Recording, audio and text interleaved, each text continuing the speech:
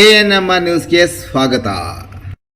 ಚಿಂತಾಮಣಿಯ ಹೆಸರಾಂತ ಡೆಕ್ಕನ್ ಆಸ್ಪತ್ರೆ. ನಮ್ಮಲ್ಲಿ ಜನರಲ್ ಮೆಡಿಸಿನ್, ಸಾಮಾನ್ಯ ಶಸ್ತ್ರಚಿಕಿತ್ಸೆ, ಅಡ್ವಾನ್ಸ್ಡ್ ಲ್ಯಾಪ್ರೋಸ್ಕೋಪಿಕ್ ಶಸ್ತ್ರಚಿಕಿತ್ಸೆ, ಗ್ಯಾಸ್ಟ್ರೋಎಂಟರಾಲಜಿ, ಮೂಳೆ ಚಿಕಿತ್ಸೆ, ಪ್ರಸೂತಿ ಮತ್ತು ಸ್ತ್ರೀರೋಗ ಶಾಸ್ತ್ರ, ಮಕ್ಕಳ ಚಿಕಿತ್ಸೆ, ದಂತ ಚಿಕಿತ್ಸೆ, ಕಿವಿ, ಮೂಗು ಮತ್ತು ಗಂಟಲು, ಮೂತ್ರಶಾಸ್ತ್ರ ಚಿಕಿತ್ಸೆ, ನರವಿಜ್ಞಾನ, ನಾಳಿಯ ಮತ್ತು ಎಂಡೋವ್ಯಾಸ್ಕ್ಯುಲರ್, ನೆಫ್ರಾಲಜಿ, ಡಯಾಲಿಸಿಸ್, ಬೌಲ್ ಚಿಕಿತ್ಸೆ, ರೇಡಿಯಾಲಜಿ, ಎಂಡೋಸ್ಕೋಪಿ ಲಭ್ಯ. ಸೌಲಭ್ಯಗಳು: general ward, private ward, twin sharing ward, day care, ತುರ್ತು ward, 3 modular OT, step down ICU, ಜೊತೆಗೆ ಪ್ರಮುಖ ವಿಮಾ ಕಂಪನಿಗಳೊಂದಿಗೆ ನಗದು ರಹಿತ ಸೇವೆ ಲಭ್ಯ. ವಿನೋಬಾ ಕಾಲೋನಿಯಲ್ಲಿ ಸಮುದಾಯ ಭವನ, ಅಂಗನವಾಡಿ ಕಟ್ಟಡ, ಒಳಚರಂಡಿ ಕಾಮಗಾರಿ ಗುದ್ದಲಿ ಪೂಜೆ ನೆರವೇರಿಸಿದ ಸಚಿವ ಡಾಕ್ಟರ್ MC ಸುಧಾಕರ್. ಚಿಕ್ಕಬಳ್ಳಾಪುರ ಜಿಲ್ಲೆಯ ಜಿಲ್ಲಾ ಉಸ್ತುವಾರಿ ಸಚಿವರು ಹಾಗೂ ಚಿಂತಾಮಣಿ ಕ್ಷೇತ್ರದ ಶಾಸಕರಾದ ಡಾಕ್ಟರ್ MC ಸುಧಾಕರ್ ಅವರು ನಗರದ ವಿವಿಧ ಬಡಾವಣೆಗಳಲ್ಲಿ ವಿವಿಧ ಅಭಿವೃದ್ಧಿ ಕಾಮಗಾರಿಗಳ ಗುದ್ದಲಿ ಪೂಜೆ ಮತ್ತು ಹಲವು ಕಾಮಗಾರಿಗಳ ಚಾಲನಾ ಕಾರ್ಯಕ್ರಮವನ್ನು ಹಮ್ಮಿಕೊಂಡಿದ್ದ ಸಚಿವರು ಚಿಂತಾಮಣಿ ನಗರದ KSRTC ಬಸ್ ನಿಲ್ದಾಣದ ಸಮೀಪವಿರುವ ವಿನೋಬಾ ಕಾಲೋನಿಯಲ್ಲಿ 1.50 ಕೋಟಿ ರು ವೆಚ್ಚದಲ್ಲಿ ಸುಸಜ್ಜಿತವಾದ ನೂತನ ಸಮುದಾಯ ಭವನ ಮತ್ತು ಅಂಗನವಾಡಿ ಕಟ್ಟಡ ನಿರ್ಮಾಣ ಹಾಗೂ ವಿಶೇಷ ಅನುದಾನದಲ್ಲಿ ಒಳಚರಂಡಿ ಕಾಮಗಾರಿಯ ಗುದ್ದಲಿ ಪೂಜೆ ನೆರವೇರಿಸಿದರು. ಇನ್ನು ಸಚಿವರನ್ನು ಕಾಲೋನಿ ನಿವಾಸಿಗಳು ಅದ್ದೂರಿಯಾಗಿ ಬರಮಾಡಿಕೊಂಡರು. ಈ ಸಂದರ್ಭದಲ್ಲಿ ದಲಿತ ಸೇನೆಯ ರಾಜ್ಯ ಪ್ರಧಾನ ಕಾರ್ಯದರ್ಶಿ ಬೀಡಾ ಶ್ರೀನಿವಾಸ್, ನರಸಿಂಹ, ಕೃಷ್ಣ, ಅಪ್ಪೋಜಪ್ಪ ಸೇರಿದಂತೆ ಕಾಲೋನಿಯ ಹಲವಾರು ನಿವಾಸಿಗಳು ಮತ್ತಿತರರು ಉಪಸ್ಥಿತರಿದ್ದರು.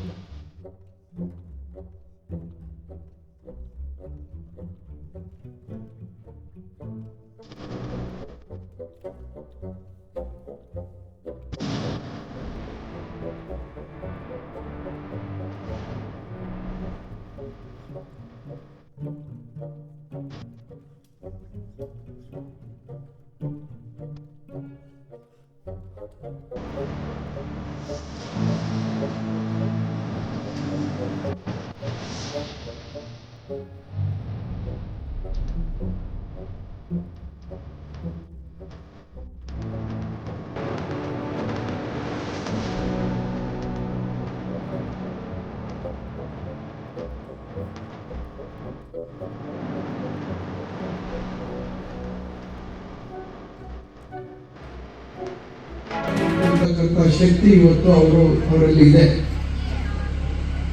ಕೆಲವರು ಕ್ಷುಲ್ಲಕ ವಿಚಾರಗಳನ್ನ ತಪ್ಪಾಗಿ ಅದನ್ನ ಯುವಕರಲ್ಲಿ ಬಿಂಬಿಸುವಂತ ಕೆಲಸವನ್ನ ಮಾಡ್ತಾ ಇದ್ದಾರೆ. ಇಷ್ಟೆಲ್ಲ ಆದ್ರೂ ಕೂಡ ನಾವು ಈ ಭಾಗದಲ್ಲಿ ಅಭಿವೃದ್ಧಿ ಮಾಡುವಂತ ವಿಚಾರದಲ್ಲಿ ಯಾವುದೇ ರೀತಿ ತಾರತಮ್ಯ ಮಾಡುವಂತ ಕೆಲಸವನ್ನ ಮಾಡಿಲ್ಲ. ಈಗ 2023 ನಂತರ ಈಗ ನಾವು ಇಲ್ಲಿ ನಗರೋತ್ಥಾನ ಯೋಜನೆಯಲ್ಲಿ ಆಯಾ ಒಂದು ಕಾರ್ಯಕ್ರಮಗಳಲ್ಲಿ ಬದಲಾವಣೆಯನ್ನು ತಂದು ನಾವು ಇಲ್ಲಿ ಈ ಕಾಲೋನಿಯಲ್ಲಿ ಸಂಪೂರ್ಣವಾಗಿ ರಸ್ತೆ ಸುಮಾರು 1 ಕೋಟಿ ರೂಪಾಯಿ ಅದಕ್ಕೆ, ಮತ್ತೊಂದು ಸುಮಾರು 52 ಅದರಲ್ಲಿ ವಿನೋಬಾ ಕಾಲೋನಿಯ ಸಂಪೂರ್ಣ ಒಳಚರಂಡಿ ವ್ಯವಸ್ಥೆಯನ್ನು ಹೊಸದಾಗಿ ಹಾಕುವಂಥದ್ದು ಮತ್ತು ಮನೆ ಮನೆಗೆ ಸಂಪರ್ಕ ಕೂಡ ಮುನ್ಸಿಪಾಲಿಟಿ ಮುಖಾಂತರನೇ ಮಾಡುವಂಥದ್ದು ಈಗ ಶುರು ಮಾಡ್ತೀವಿ.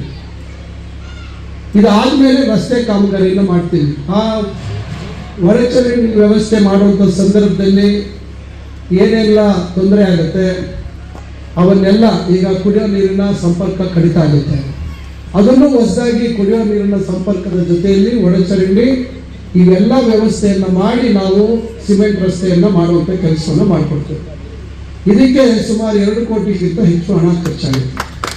ಇದನ್ನು ನಾವು ಇಲ್ಲಿ ಈಗ ಕಾಮಗಾರಿ ಕೂಡ ಸದ್ಯದಲ್ಲಿ ಪ್ರಾರಂಭ ಆಗಿದೆ. ನನ್ನ ಹತ್ರಕ್ಕೆ ಸುಮಾರು 20 ತಿಂಗಳು ಎಲ್ಲರೂ ಬಂದಿದ್ರು. ನಮಗೆ ಹಳೆ ಅಂಗನವಾಡಿ ಕಟ್ಟಡ ಇದೆ, ಯಾಕಂದರೆ 20 ಲಕ್ಷ ಅಂಗನವಾಡಿ ಕಟ್ಟಡಕ್ಕೆ ಹಣ ಮಂಜೂರಾಗಿದೆ. ಅದನ್ನು ಶುರು ಮಾಡೋಣ ಅಂತ ಹೇಳಿದಾಗ ಇಲ್ಲಿರ್ತಕ್ಕಂಥ ಮುಖಂಡರು, ನಾನು ಹೆಸರು ಹೇಳಕ್ಕೆ ಹೋಗೋದಿಲ್ಲ, ಎಲ್ಲರೂ ಒಟ್ಟಾಗಿ ಬಂದು ಒಗ್ಗಟ್ಟಾಗಿ ಬಂದು ನಮಗೆ ಇಲ್ಲಿ ಸಮುದಾಯ ಭವನ ಕಟ್ಕೊಡಿ ಅಂತ ಹೇಳಿದ್ರು. ನಾನು ಅವತ್ತು ಹೇಳಿದೆ, ಖಂಡಿತ ಆಯಿತು, ನಾನು ಏನಾದರೂ ಮಾಡಿಕೊಡ್ತೀನಿ ಅಂತಕ್ಕಂಥ ಭರವಸೆ ಕೊಟ್ಟಿದ್ದೆ. ಈ ಥರ ಇಲ್ಲಿ ಬಂದು ಇವೆಲ್ಲ ಇಲ್ಲಿ ಇರೋರು ಎಷ್ಟು ಜನ ಇದನ್ನು ಕೈ ಎತ್ತಿ ದಯವಿಟ್ಟು ಅವತ್ತು ಬಂದಿದ್ದವರೆಲ್ಲ. ಸೊ ಅವರೆಲ್ಲರಿಗೂ ಅವತ್ತು ಏನು ಹೇಳಿದೆ, ದಯವಿಟ್ಟು ನೀವು ಅರ್ಥ ಮಾಡ್ಕೊಳ್ಳಿ, ಮಾಡುವಂಥದ್ದು ಮತ್ತೊಂದು ಮಾಡುವಂಥ ಕೆಲಸವನ್ನು ನಾನು ಮಾಡಲಿಲ್ಲ. ಅವತ್ತು ಹೇಳ 1.5 ಕೋಟಿ 1 ಕೋಟಿ ಕೊಡ್ತೀವಿ ಅಂದರು ನನಗೆ ಸ್ಲಮ್ ಬೋರ್ಡಲ್ಲಿ ತಾಲೂಕು ನಮ್ಮ ವಿಧಾನಸಭಾ ಕ್ಷೇತ್ರಕ್ಕೆ. ನಾನು ಸಂಪೂರ್ಣವಾಗಿ ಹಣ ಜೊತೆಗೆ ಇನ್ನೂ 50 ಲಕ್ಷ ಬೇಕೇ ಬೇಕು ಅಂತ ಹೇಳಿ 1.5 ಕೋಟಿಯಲ್ಲಿ ನಾವು ಸೆಸ್ ಅಮೌಂಟಲ್ಲಿ ನಾವು ಪೂರ್ತಿ ಇಲ್ಲೇ ಕೆಳಗಡೆ ಅಂಗನವಾಡಿ ಕಟ್ಟಡ, ಮೇಲ್ಗಡೆ ಭವನ ಮಾಡಬೇಕು ಅಂತ ಹೇಳಿ ನಾನು ನಮ್ಮ ಇಂಜಿನಿಯರ್ ನಾರಾಯಣ ಸ್ವಾಮಿ ಅವರನ್ನು ಕಳಿಸ್ಕೊಟ್ಟು ಇಲ್ಲಿ ಮೆಜರ್ಮೆಂಟ್ ಮಾಡಿಸಿ ನಾವು ಇಲ್ಲಿ ಮಾಡುವಂಥದ್ದಕ್ಕೆ ನಾವು ಆ ಸಂದರ್ಭದಲ್ಲಿ ನಾವು ವಿನ್ಯಾಸವನ್ನು ಮಾಡಿಸಿ ನಾನು ಆ ಸಂದರ್ಭದಲ್ಲಿ ಅದಕ್ಕೆ ಅಂದಾಜು ಎಷ್ಟಾಗುತ್ತೆ ಅಂತ ನೋಡಿ. ನಂತರ ಸ್ಲಮ್ ಬೋರ್ಡ್ ಅವರು ಕೂಡ ನಾನು ಅದನ್ನು ಕೊಟ್ಟಾಗ ಅವರು ಮತ್ತೆ ಅದಕ್ಕೆ ಇನ್ನೊಂದಷ್ಟು ಬದಲಾವಣೆಯನ್ನು ಮಾಡಿದ್ದಾರೆ. ಈಗ ಸೈಟ್ ಎಲ್ಲ ಕ್ಲಿಯರ್ ಆದಮೇಲೆ ನಮಗೆ ಸ್ವಲ್ಪ ಈ ಕಟ್ಟಡ ಮುಂದೆ ಇದೆ ಅಂತ ಹೇಳ್ತಾ ಇದ್ದಾರೆ, ಅದನ್ನು ಸ್ವಲ್ಪ ಬದಲಾವಣೆ ಮಾಡ್ಕೊಳ್ಳಿ ಅಂತ ಹೇಳ್ತಾ ಇದ್ದೀವಿ. ಇಲ್ಲಿ ಇದನ್ನ ಬಿಟ್ಟು ನಾವು ಕಟ್ಟಬೇಕು, ಅದಕ್ಕೆ ನಾವು ಅದನ್ನೇ ಸ್ವಲ್ಪ ಬದಲಾವಣೆ ಮಾಡಿ ಕಟ್ತೀವಿ ಅಂತ ಹೇಳ್ತಾ ಇದ್ದಾರೆ. ನಾನು ಅದೇ ರೀತಿ ಇಲ್ಲಿ ಅಶ್ವತ್ಥ ಕಟ್ಟೆ ಇದೆ, ಅಶ್ವತ್ಥ ಕಟ್ಟೆ ಕೂಡ ಅಭಿವೃದ್ಧಿಯನ್ನು ಮಾಡ್ತೇವೆ. ಎಷ್ಟು ಜನ ನಮ್ಮ ಮಾಳಪ್ಪಲ್ಲಿಯಲ್ಲಿ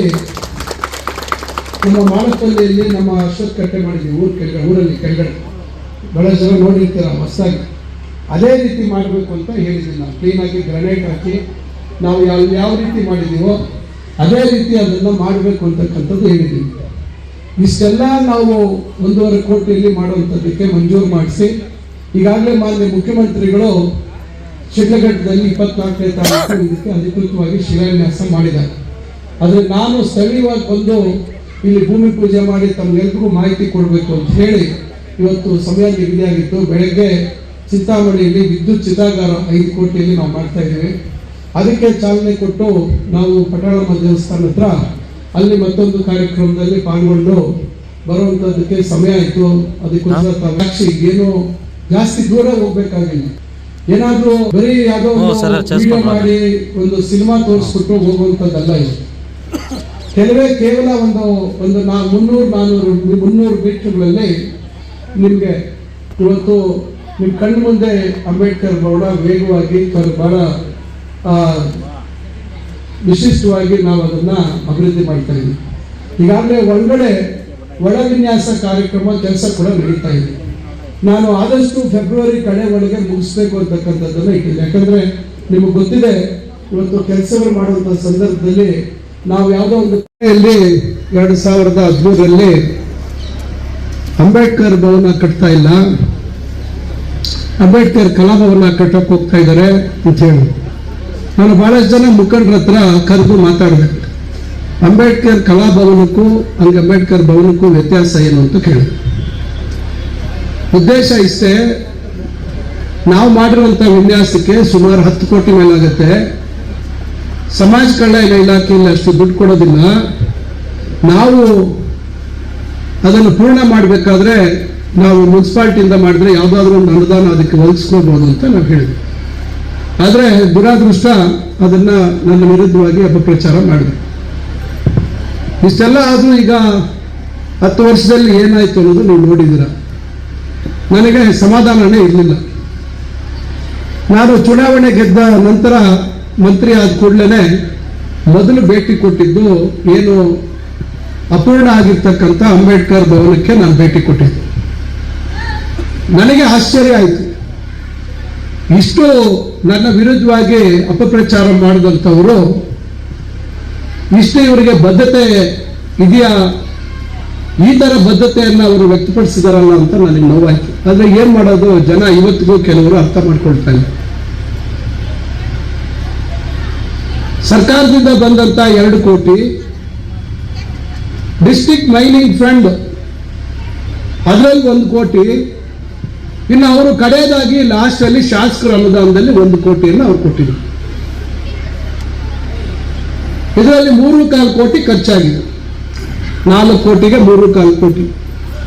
ತರಾತುರಿಯಲ್ಲಿ ಅದನ್ನು ಉದ್ಘಾಟನೆ ಮಾಡಬೇಕು ಅಂತ ಹೋದ್ರು ಚುನಾವಣೆ ಮುಂಚೆ. ಅದೆಲ್ಲ ಬೇರೆ ಬೇರೆ ರೀತಿಯಾಗಿ ಅದು ಚುನಾವಣಾ ನೀತಿ ಸಂಹಿತೆ ಬಂದು ಅದನ್ನು ಉದ್ಘಾಟನೆ ಮಾಡಲಿಕ್ಕೆ ಆಗಲಿಲ್ಲ. ಬಹುಶಃ ಉದ್ಘಾಟನೆ ಆಗ್ಬಿಟ್ಟಿದ್ರೆ ನಾವೇನು ಮಾಡೋಕ್ಕಾಗ್ತಾ ಇರಲಿಲ್ಲ. ಯಾಕಂದ್ರೆ ಅಂಬೇಡ್ಕರ್ ಅವರು ಇವತ್ತು ಕೊಟ್ಟಿರ್ತಕ್ಕಂಥ ಸಂವಿಧಾನದಡಿಯಲ್ಲಿ ಇವತ್ತು ನಾನು ನಿಮ್ಮ ಮುಂದೆ ನಿಂತು ಮಾತಾಡುವಂಥದ್ದಕ್ಕೆ ಅವಕಾಶ ಆಗಿದೆ. ಅವರಿಗೆ ಗೌರವ ತರುವಂಥದ್ದು, ಅವರಿಗೆ ಚಿರಕಾಲ ಇವತ್ತು ಉಳಿತಕ್ಕಂಥ ಕೆಲಸ ಮಾಡಬೇಕು ಅಂತಕ್ಕಂಥದ್ದು ನನ್ನ ಬದ್ಧತೆ.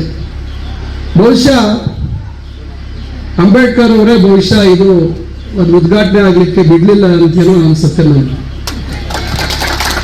ಯಾಕಂದ್ರೆ ಇವತ್ತು ಇಷ್ಟೆಲ್ಲ ನಾವು ಬದಲಾವಣೆ ಮಾಡಲಿಕ್ಕೆ ಸಾಧ್ಯ ಆಗ್ತಾ ಇರಲಿಲ್ಲ.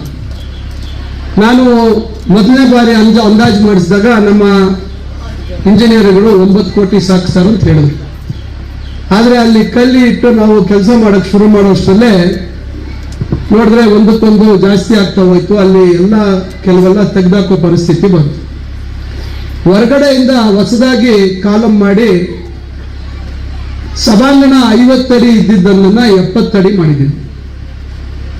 70 ಅಡಿ ಮಾಡೋದ್ರ ಜೊತೆಗೆ ಆ ಕಡೆ ಈ ಕಡೆ ಹೋಗುವಂಥದ್ದು, ಮತ್ತೆ ಹಿಂದ್ಗಡೆ ಪಾರ್ಕಿಂಗ್ ವ್ಯವಸ್ಥೆ ಮಾಡಿ ಉದ್ದ ಮಾಡಿಕೊಂಡ್ವಿ. ಬಿಲ್ಡಿಂಗ್ ಕೆಳಗಡೆ ಪಾರ್ಕಿಂಗ್ ಮಾಡಿ ಬಿಲ್ಡಿಂಗ್ ಅನ್ನ ಉದ್ದ ಮಾಡಿ 320 ಆಸನ ಇರುವಂಥದ್ದನ್ನ